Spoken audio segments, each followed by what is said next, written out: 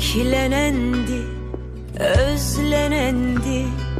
Geldi ruhum tazelendi. Bak bezendi gülle bahçelerim.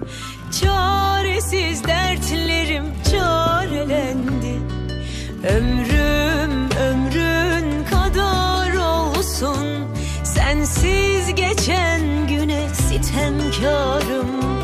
Eksik ne varsa koydun yerine. Sana minnettarım.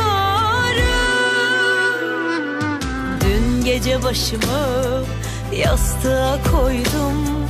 Şükrettim varlığına. İkimizi düşündüm uzunca bir süre. Dualar ettim sağlığına. Sensiz bir güne